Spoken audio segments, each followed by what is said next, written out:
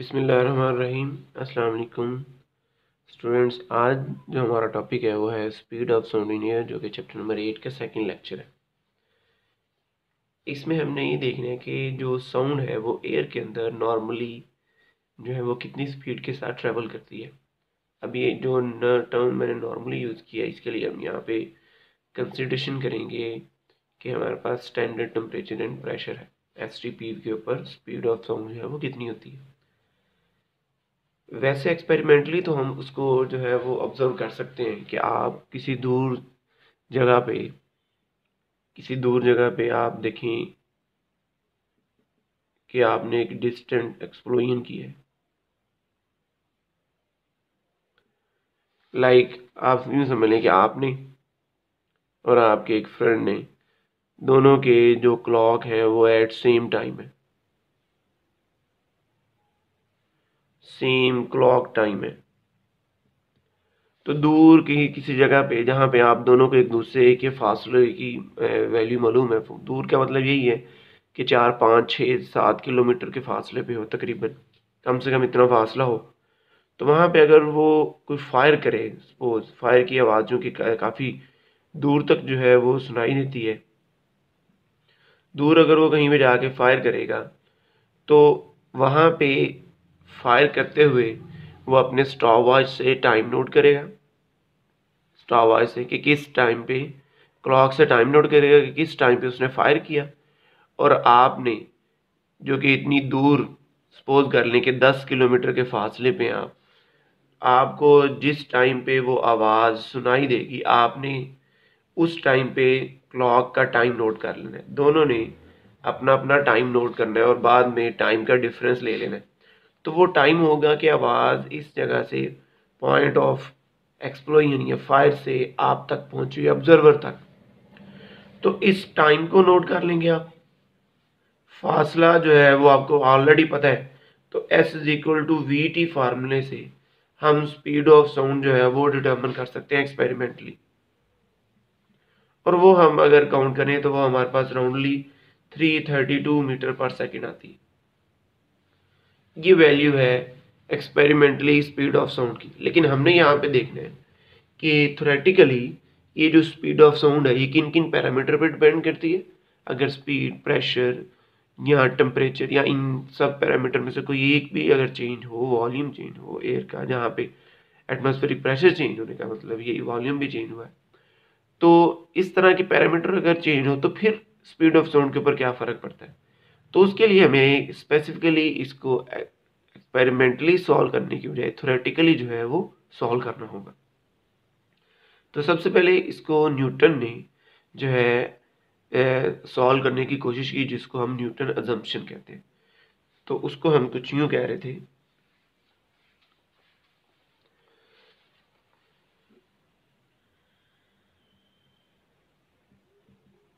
ये सबसे पहले हमने साउंड को जो है वो कुछ डिफाइन किया। साउंड क्या है? ये हमारे कानों में पड़ने वाली किसी भी वाइब्रेशन की सेंसेशन है। हमारे जो एयर ड्रम्स हैं, जिस जो सेंसेशन फील करते हैं उसको हम साउंड कहते हैं। तो अभी हमने न्यूटन अजम्पशन जो है उसको सॉल्व आउट करना। न्यूटन अजम्पशन जो है वो देखनी है कि किस तरह से थी। न्यूटन अजम्पशन को जो है वो ऑब्जर्व करने के लिए न्यूटन ने ये कहा कि जो जनरल फार्मूला है स्पीड ऑफ साउंड का, वो हमारे पास है। स्पीड ऑफ साउंड जो है वो रेशो है elastic modulus of the medium और डेंसिटी ऑफ मीडियम की। ये इन दोनों की रेशो है। स्पीड ऑफ साउंड जो है अकॉर्डिंग टू न्यूटन फार्मूला, ये इन दोनों की रेशो का स्क्वायर रूट होता है। अब इलास्टिक मॉडुलस क्या है और डेंसिटी क्या है, इसके बारे में भी हम थोड़ा सा जो है वो जानना चाहेंगे। आपने प्रीवियस क्लासेस में स्ट्रेस और स्ट्रेन तो पढ़ा ही होगा। स्ट्रेस क्या होती है? इसको हम कहते हैं force per unit area.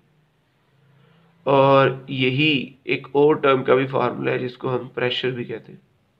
Pressure का फार्मूला भी यही है, फोर्स पर यूनिट एरिया। और एक स्ट्रेन है। स्ट्रेन जो है वो आपको पता है 3 तरह की होती है। एक वॉल्यूमेट्रिक स्ट्रेस और वॉल्यूमेट्रिक स्ट्रेन, एक शियर स्ट्रेन और एक टेंसाइल स्ट्रेन। टेंसाइल लेंथ के अकॉर्डिंगली, वॉल्यूमेट्रिक वॉल्यूम के अकॉर्डिंगली चेंजेस जो आती हैं, और शियर जो है शेप के अकॉर्डिंग। तो यहाँ पे हमारी कंसर्न वॉल्यूमेट्रिक की है, तो स्ट्रेन बराबर होती है change in volume over original volume. ये वॉल्यूम का भी है और ये स्पीड का भी है, इसको हम कहते हैं स्ट्रेन। तो इन दोनों की अगर हम रेशो ले लें, स्ट्रेस टू स्ट्रेन, तो वो हमारे पास इसके बराबर होता है इलास्टिक मॉडुलस ई के। तो वो हमारे पास इलास्टिक मॉडुलस ई के बराबर है, force per unit area change in volume over original volume, या ऊपर आप इसको pressure over change in volume original volume जो है वो लिख सकते हैं। तो ये चीज़ आपने एक तो याद रखनी है, ये आगे जो है वो बार बार इस्तेमाल भी होगी। इसी के साथ जो डेंसिटी है, डेंसिटी हमारे पास बराबर होती है मैस पर यूनिट वॉल्यूम, क्योंकि हम वॉल्यूमेट्रिक के अकॉर्डिंगली बात कर रहे हैं, तो हमारे पास बराबर है मैस ओवर वॉल्यूम के।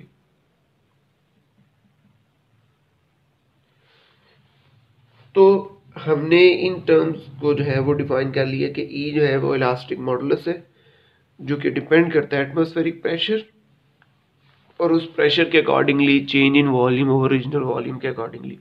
अब चेंज इन वॉल्यूम कैसे होता है साउंड की वजह से, ओरिजिनल वॉल्यूम क्या है, प्रेशर कैसे क्रिएट होता है, तो इन सब के बारे में भी हम जानते हैं। और इसी तरह डेंसिटी जो है, ये हमने कहा यूनिट वॉल्यूम के अंदर कि जो एयर के मीट पार्टिकल्स हैं वो कितने एग्जिस्ट कर रहे हैं, जो कि हमें डेंसिटी को डिफाइन करेंगे। तो फर्दर इसको कंटिन्यू करने के लिए हमें ये भी बताना है यहाँ पे कि जो साउंड है ये मीडियम डिपेंडेंट जो है वेव्स है। साउंड वेव्स जो है ये एक मीडियम डिपेंडेंट वेव है, और इसके बारे में कहा था they are longitudinal in nature. तो आपने अगर किसी भी जगह पे साउंड वेव अगर क्रिएट करनी हो, तो साउंड वेव की क्रिएशन के लिए हम पर्टिकुलर फ्रिक्वेंसी की साउंड वेव अगर जनरेट करनी हो तो हम ट्यूनिंग फॉर्क जो है वो यूज़ करते हैं। ट्यूनिंग फॉर्क क्या होते हैं? ट्यूनिंग फॉर्क जो है ये पर्टिकुलर फ्रिक्वेंसी की साउंड वेव जनरेट करने के लिए हम यूज़ करते हैं। ये इस तरह का एक इंस्ट्रूमेंट होता है जिससे हम अब पर्टिकुलर फ्रिक्वेंसी की साउंड वेव्स जो है वो जनरेट करते हैं। इसके इन दोनों पॉइंट्स को हम कहते हैं प्रॉन्ग्स।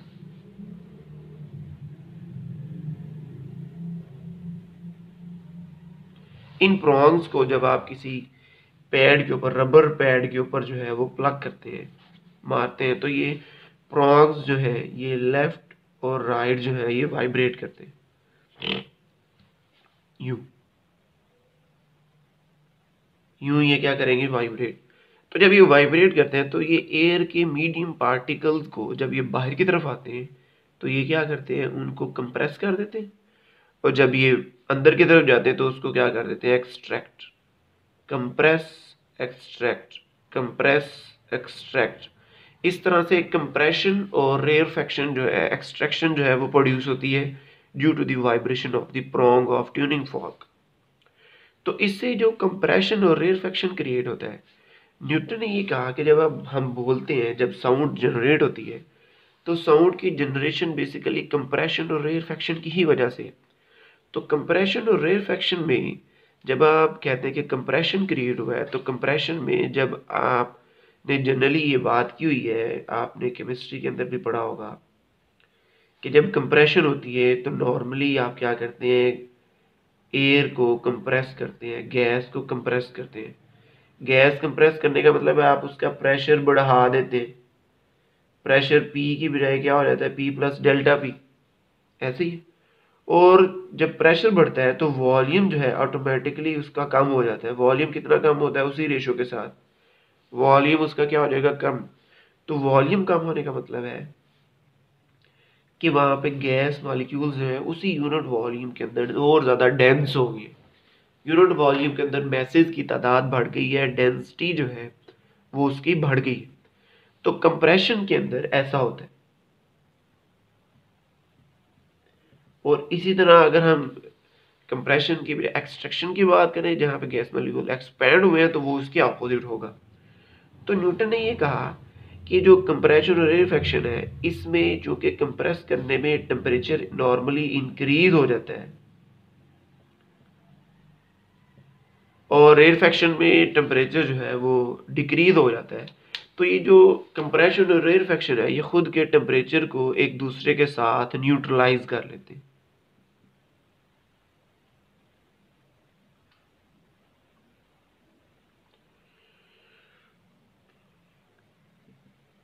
न्यूट्रलाइज करने का मतलब है कि ओवरऑल टेम्परेचर जो है वो क्या रहता है, कांस्टेंट। कि ओवरऑल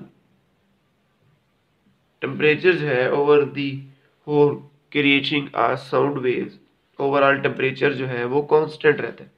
तो अगर ओवरऑल टेम्परेचर कांस्टेंट रहता है तो हम यहाँ पे जो है इजीली बॉयल्स लॉ जो है उसको एप्लीकेबल कर सकते हैं। तो बॉयल्स लॉ हमें ये कहता है, बॉयल्स लॉ के अकॉर्डिंगली हमारे पास जो प्रेशर और स्पीड, प्रेशर और वॉल्यूम का,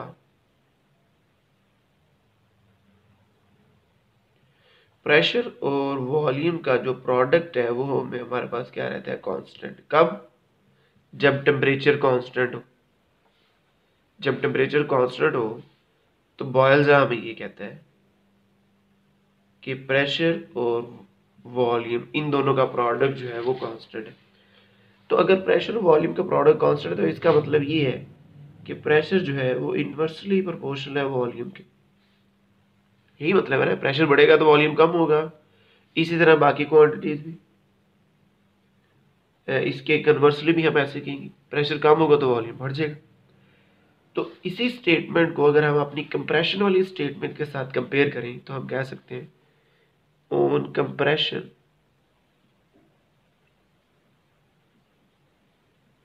प्रेशर जो है वो बढ़ के और वॉल्यूम कम हो गया है तो तब भी इन दोनों का प्रोडक्ट क्या रहेगा, कांस्टेंट। ठीक है, ये हमने जो है इससे सीखा चीज। इसको आप कह देंगे इक्वेशन नंबर ए, इसको हम कह देंगे 1 और इसको कह देंगे 2। जितनी को वैल्यू बढ़े एक और दूसरी प्रोडक्ट वैल्यू इसकी कम हो रहा है तो ओवरऑल फिर भी प्रोडक्ट सेम ही रहेगा। जैसे 5 और 2 थी वैल्यू, बाद में मैं इसको कह देता हूँ ये जो है ये बढ़ के फिर ये बढ़नी है, इसको यूं समझ लिया। ये 2 है और ये 5 है, पहले वॉल्यूम ज़्यादा है प्रेशर कम है, फिर हमने प्रेशर जब बढ़ा दिया और वॉल्यूम ऑटोमेटिकली क्या हो जाएगा, कम, ओवरऑल प्रोडक्ट सेम रहेगा। तो ये दोनों चूंकि एक ही कांस्टेंट के बराबर है तो हम इन दोनों को इक्वेट कर सकते हैं।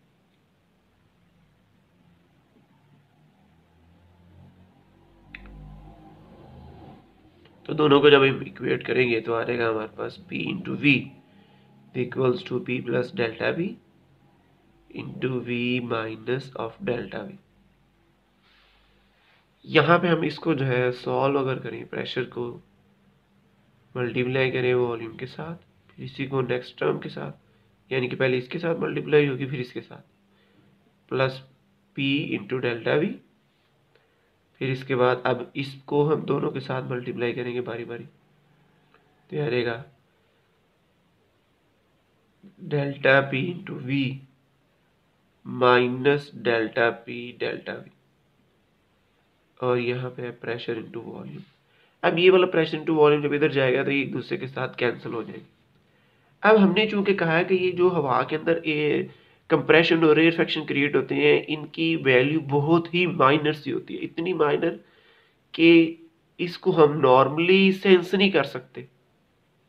इनको सेंस करने के लिए बहुत सेंसिटिव जो है वो इंस्ट्रूमेंट चाहिए, लाइक एयर ड्रम्स जो हमारे कानों के अंदर है, ये बहुत सेंसिटिव होता है ये। तो इन शॉर्ट ये जो कंप्रेशन और रेरफेक्शन ये बहुत ही स्मॉल है, यानी कि प्रेशर के अंदर इंक्रीज और वॉल्यूम के अंदर डिक्रीज, कंप्रेशन में बहुत ही माइनर वैल्यू है। तो जब आप दो स्मॉल वैल्यूज का, वेरी वेरी स्मॉल वैल्यू का प्रोडक्ट ले तो इसका रिजल्ट और ज्यादा स्मॉल आएगा। तो हम कहेंगे as delta P and delta V are very small values, so product जो है डेल्टा पी डेल्टा वी जो है ये क्या होगा, very very small to ignore. ये इतनी स्मॉल है कि हम इसको क्या कर देते हैं, इसको हम जो इग्नोर कर देते हैं। तो जब आप किसी भी एसटीपी वाले प्रेशर को उसके अंदर कुछ स्मॉल वैल्यूज जो है वो आप मल्टी ऐड करो या सब्ट्रैक्ट करो, लाइक 0.001 है प्रेशर है और वॉल्यूम 0.0002 है, इस तरह से है, तो इनका प्रोडक्ट ले तो बहुत स्मॉल आएगी वैल्यू, इस तरह से करके। तो इतनी ज़्यादा कम वैल्यू को आप 1.01 10⁵ पास्कल, ये एटमॉस्फेरिक प्रेशर है, इसके अंदर अगर ऐड करेंगे तो ना होने के बराबर इफेक्ट होगा। तो हम क्या करेंगे, हम प्रेशर और वॉल्यूम के प्रोडक्ट वाली टर्म को, जो कि वेरी वेरी स्मॉल टर्म आती है, इसको हम क्या कर देंगे, निगलेक्ट। तो अब आपके पास क्या बच गया, सिर्फ P इंटू डेल्टा वी, एक ये टर्म और एक ये टर्म बच जाएगी, plus delta P into V, और हमने थर्ड टर्म को क्या करते हैं, निगलेक्ट।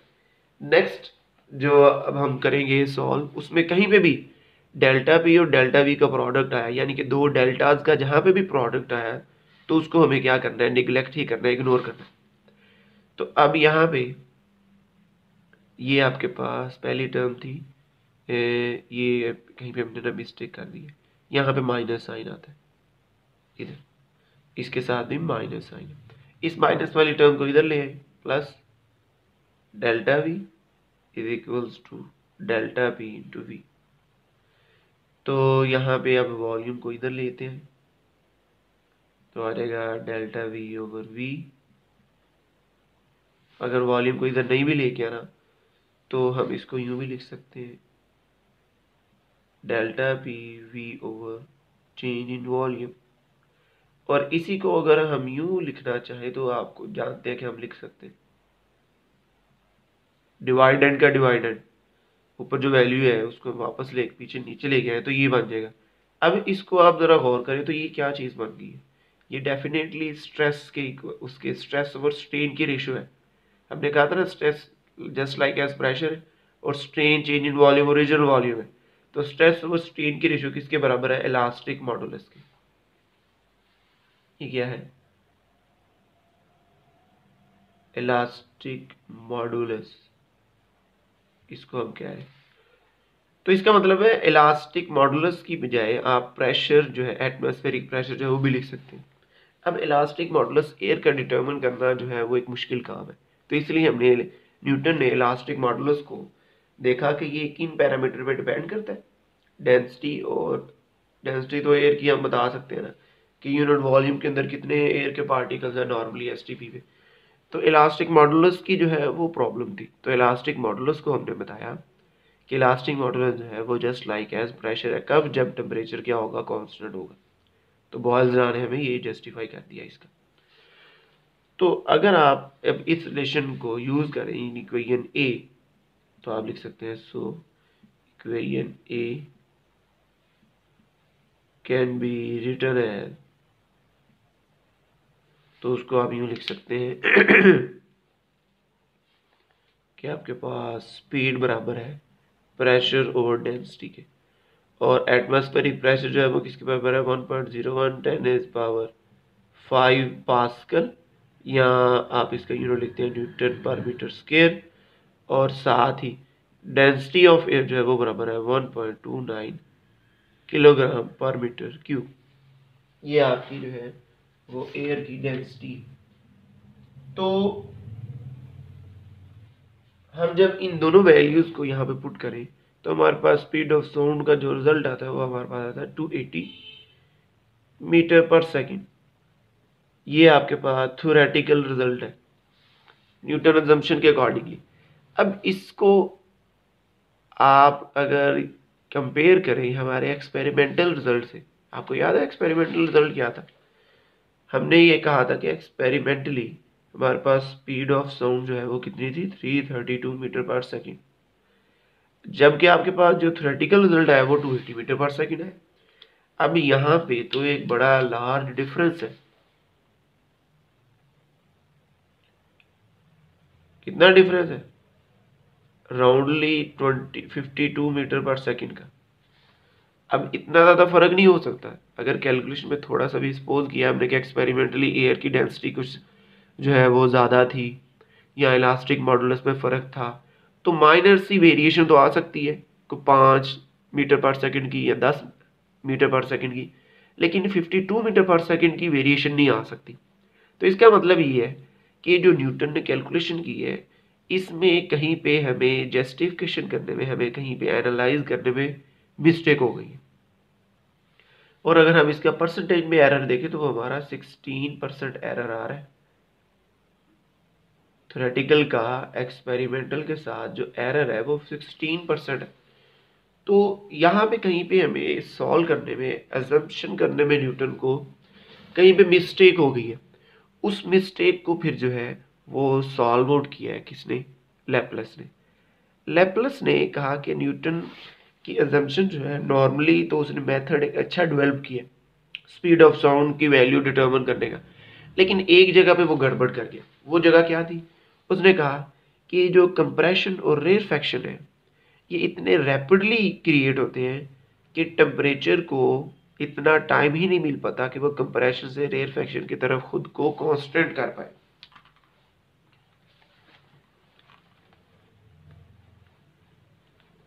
Excuse me.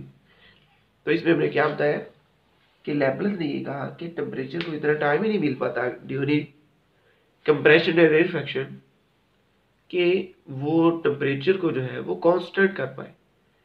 तो इसका मतलब है कि ड्यूरिंग कंप्रेशन रेरफैक्शन टेम्परेचर कांस्टेंट नहीं रहता।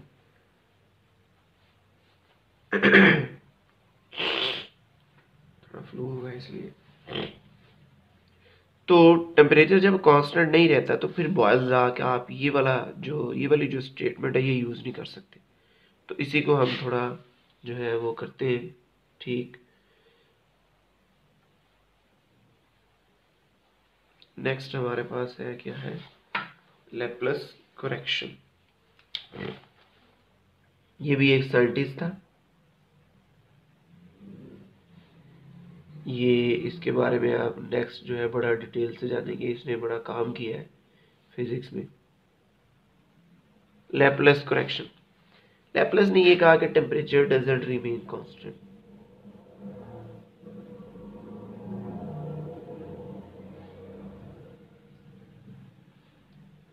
टेम्परेचर जो है वो कांस्टेंट नहीं रहता ड्यूरिंग कंप्रेशन और रेरफैक्शन। टेम्परेचर जो है वो कांस्टेंट नहीं रहता ओवरऑल। तो जब टेम्परेचर कांस्टेंट नहीं रहता तो at temperature not equal to constant के लिए बॉयल्स लॉ की ये वाली स्टेटमेंट नहीं होती। फिर बॉयल्स लॉ का जो फार्मूला होता है वो कुछ यूं होता है कि बॉयल्स लॉ कहता है कि पी वी की पावर क्या आता है? गैमा। अब ये गैमा क्या है? गैमा जो है ये हमारे पास रेशो है। ये मैं अभी यहाँ पे लिखता हूँ।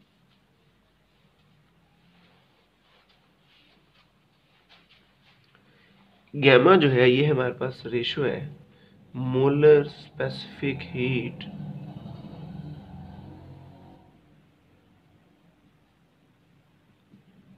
Eight constant pressure over molar specific heat at constant volume. इन दोनों की रेशियो है जिसको हम CP/CV कहते हैं।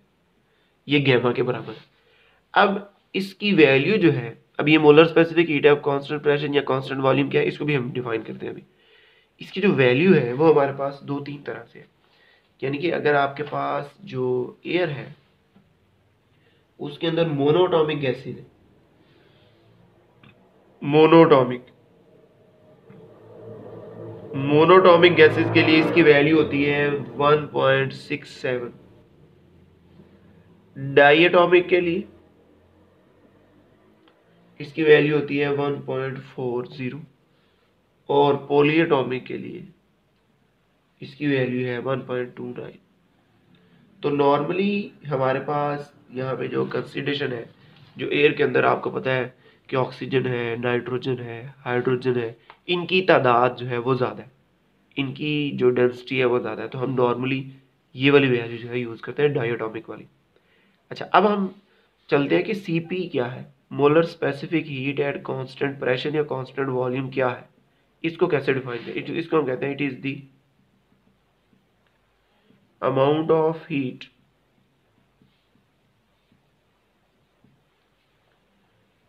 required, it is the amount of heat required to increase the temperature of gas of 1 mole। यहाँ पे हम इसको यूं ही लिखते हैं, temperature of 1 mole of gas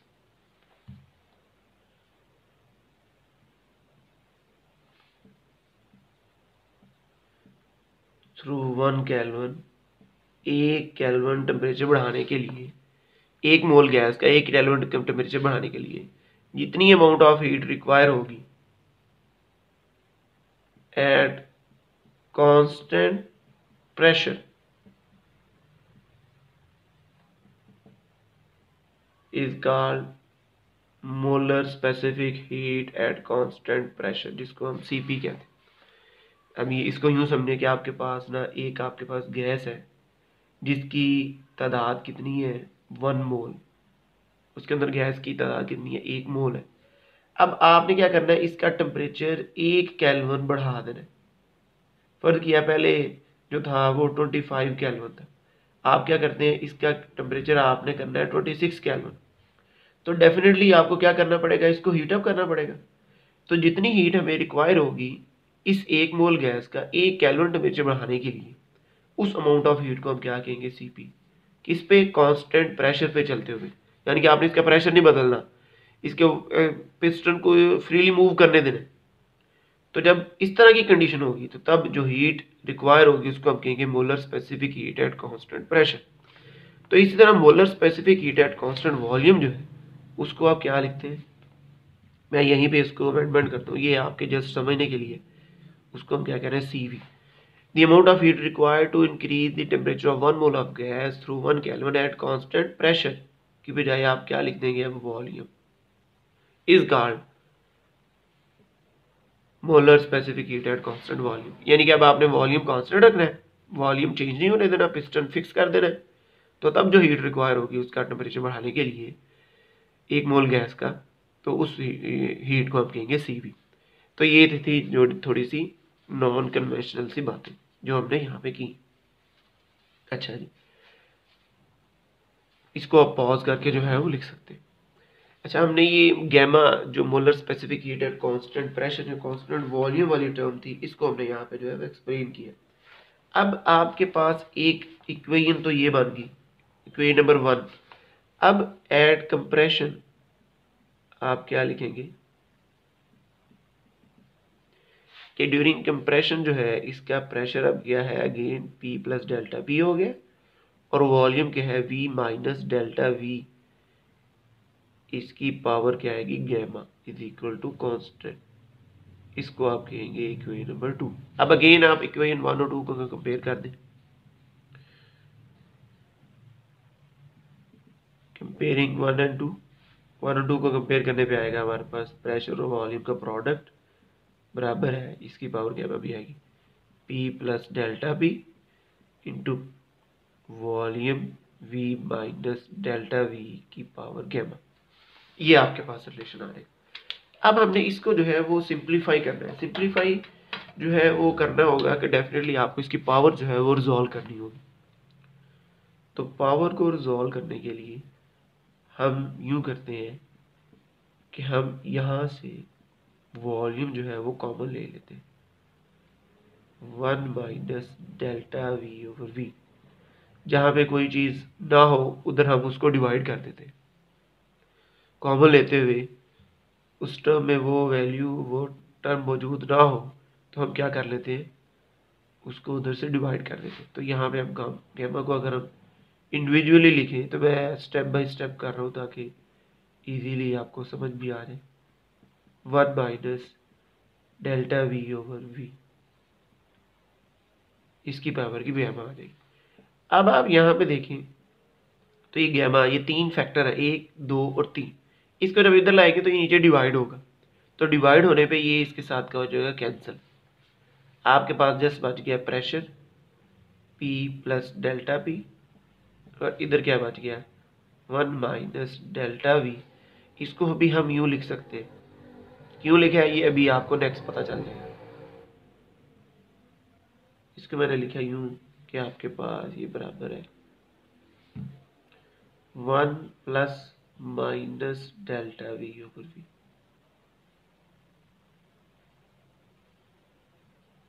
मैंने क्या किया, माइनस को इसके साथ अलग लिख दिए, ठीक है।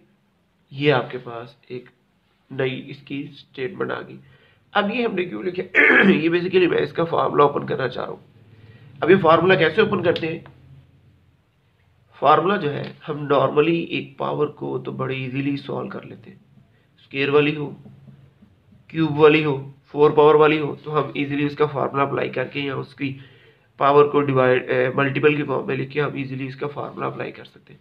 लेकिन जब इस तरह की कोई पावर हो, बहुत ज़्यादा वैल्यू हो या कोई अनडिफाइंड हो, तो फिर हम उसको कैसे सॉल्व करते हैं, उसको हम सॉल्व करते हैं बाइनोमियल थ्योरम से। ये क्या है, we solve power term by binomial theorem. ये भी इस साइंटिस्ट के नेम से, बाइनोमियल ने एक थ्योरम डेवलप किया जिसमें उसने बताया कि अगर आपके पास पहली टर्म 1 हो और दूसरी x हो और इसकी पावर n हो, तो आप इसको यूँ लिख सकते हैं 1 प्लस, इसके बाद इसको लिखते हैं n into x divided by 1 का फैक्टोरियल, वो लिखें या ना लिखें, और नेक्स्ट आ जाएगा n into N minus 1 x की पावर 2 डिवाइडेड बाई 2 फैक्टोरियल। और इसी तरह ये टर्म चलती रहेगी, ख़त्म ही नहीं होगी कभी, क्योंकि ऊपर भी पावर बढ़ती बढ़ते बढ़ते बढ़ते एट दी एंड कितनी चली जानी है, जो भी उसकी पावर n तक होगी, ये इसकी बढ़ते बढ़ते कहाँ तक जानी है, n तक। और n ने आहिस्ता आहिस्ता कम होते होते कहाँ पे जाना है, 1 पे। अगर आपको ये, आप मेडिकल के स्टूडेंट, आपको इसका आइडिया नहीं हो रहा, तो आप इन सब के बजाय जस्ट ये पहली वाली 2 टर्म्स लिख के आगे डॉटेड फॉर्म लगा के भी इसको लिख सकते हैं, यानी कि फिर भी आपका गलत नहीं होगा, ठीक है। आप ये पहली 2 टर्म लिखें, आगे डॉटेड फॉर्म लिख दें, तो तब भी ये ठीक होगा। तो ये बाइनोमियल थ्योरम है। अब हमने इस बाइनोमियल थ्योरम को इसके ऊपर अप्लाई करना है। अब ज़रा आप यहाँ पे देखें, अगर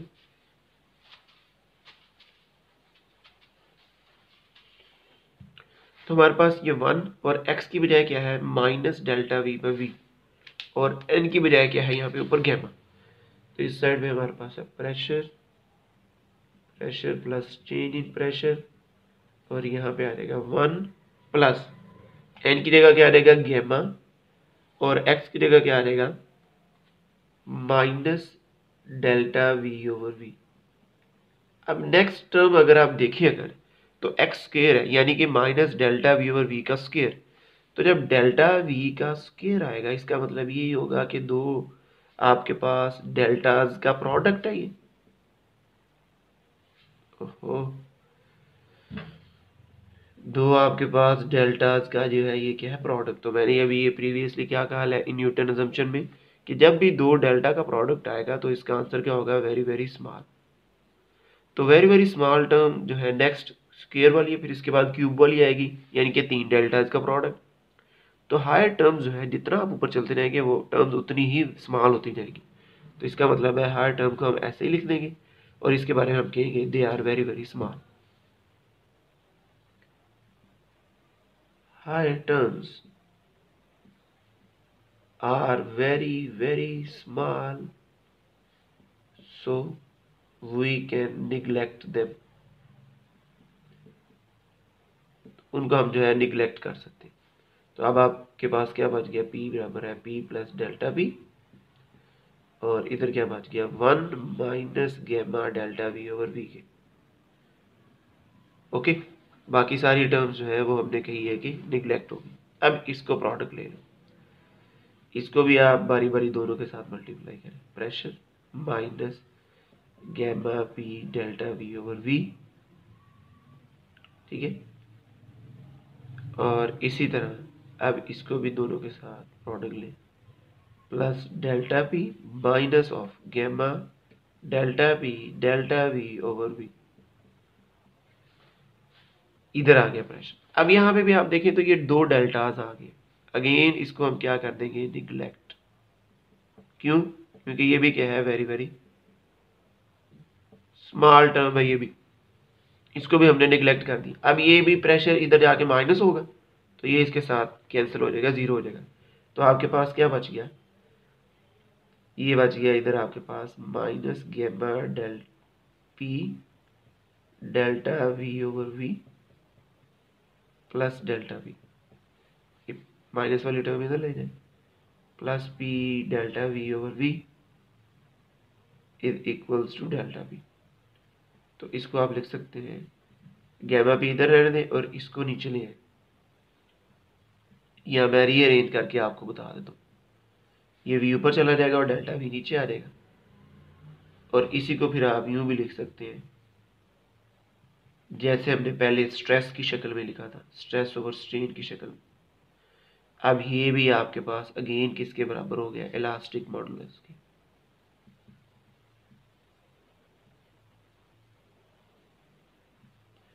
अब यहाँ पे आप अगेन अगर देखिए, कंपेयर करें दोनों को, तो वहां पे आपके पास जस्ट प्रेशर था, इलास्टिक मॉडुलस जो था वो जस्ट प्रेशर के बराबर था।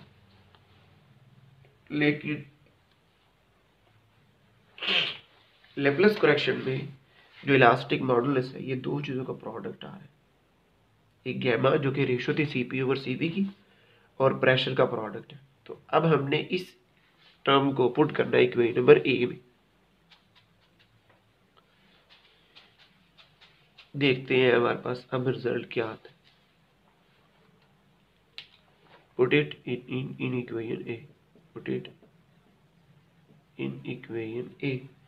तो आपके पास आ जाएगा स्पीड ऑफ साउंड का फार्मूला जो कि ई ओवर रो था, आपके पास क्या बन जाएगा, नो वी बराबर is equal to gamma P over rho. ये आ गया। अब यहाँ पे आपने सारी वैल्यूज पुट करनी है। गैमा की वैल्यू क्या थी, 1.4। ये रेशियो है, इसका कोई यूनिट नहीं है। प्रेशर की वैल्यू क्या है, 1.0110⁵ न्यूटन पर मीटर स्क्वायर आर पास्कल। और डेंसिटी की वैल्यू 1.29 डेफिनेटली किलोग्राम पर मीटर क्यूब। ये तीनों की वैल्यू, तो यहाँ पे जब हमने तीनों की वैल्यू पुट की तो आंसर आ गया हमारे पास 333 मीटर पर सेकेंड। ये आपने कैलकुलेट करना है एक दफ़ा खुद से। ये आपके पास थ्योरेटिकली रिजल्ट आया बाय लैप्लेस करेक्शन। अब हम इसी को अगर देखें तो हमारे पास जो एक्सपेरिमेंटल रिजल्ट था उसकी वैल्यू थी 332 मीटर पर सेकेंड, जो कि वेरी क्लोज है, वेरी क्लोज है एक्सपेरिमेंटल रिजल्ट के। थ्योरेटिकल रिजल्ट वेरी क्लोज है एक्सपेरिमेंटल रिजल्ट के। इसका मतलब है कि अब जो हमने जो है जस्टिफिकेशन की है, हम जो हमने अजम्पशन की है, लैप्लेस ने जो अजम्पशन की है या लैप्लेस ने जो करेक्शन की है उसके फार्मूले के अंदर, न्यूटन के फार्मूले के अंदर, वो एग्जैक्टली फिट बैठ रही है एक्सपेरिमेंटल रिजल्ट के।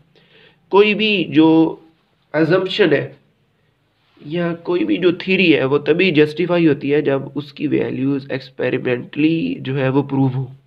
तो यहाँ पे हमने देखा कि ये जो थ्योरेटिकल फॉर्म थी ये एक्सपेरिमेंटल के साथ मैच कर रही है। तो इसका मतलब है कि अब जो है वो स्पीड ऑफ साउंड का जो है परफेक्ट मैच बना है। यानी कि speed of sound in parameter पे डिपेंड करती है, गैमा पी ओवर रो, और दूसरा एक और फार्मूला हमने बताया था स्पीड ऑफ साउंड के। अब आपके पास दो फार्मूले हो गए, एक ये वाला और दूसरा है गैमा पी ओवर रो। ये दो फार्मूले, इन दोनों को आपने अब देखना खुद से ही कि कौन सा कब इस्तेमाल हो। ये नॉर्मली इस्तेमाल होता है सॉलिड्स के लिए और ये इस्तेमाल होता है गैसेज या लिक्विड्स के लिए। नॉर्मली गैसेज या लिक्विड्स के लिए हम इसको इस्तेमाल करते हैं। तो इसके बारे में हम अब नेक्स्ट जो है वो देखेंगे भी कि ये जो है स्पीड ऑफ साउंड के कौन कौन से पैरामीटर हैं जो इसको इफेक्ट करते हैं। यानी कि कौन से पैरामीटर अगर आप चेंज करें तो स्पीड ऑफ साउंड की वैल्यू जो है वो चेंज हो जाती है। तो ये था आपका आज का लेक्चर, जिसमें हमने स्पीड ऑफ साउंड को बड़ा जो है वो थारोली एक्सप्लेन किया कि हम किस तरह से अब डिफाइन कर सकते हैं स्पीड स्पीड ऑफ साउंड को एयर के अंदर। तो ये आपके पास जो कंडीशन थी ये STP वाली कंडीशन थी, स्टैंडर्ड टेम्परेचर एंड प्रेशर वाली। तो नेक्स्ट लेक्चर तक के लिए अल्लाह हाफिज़।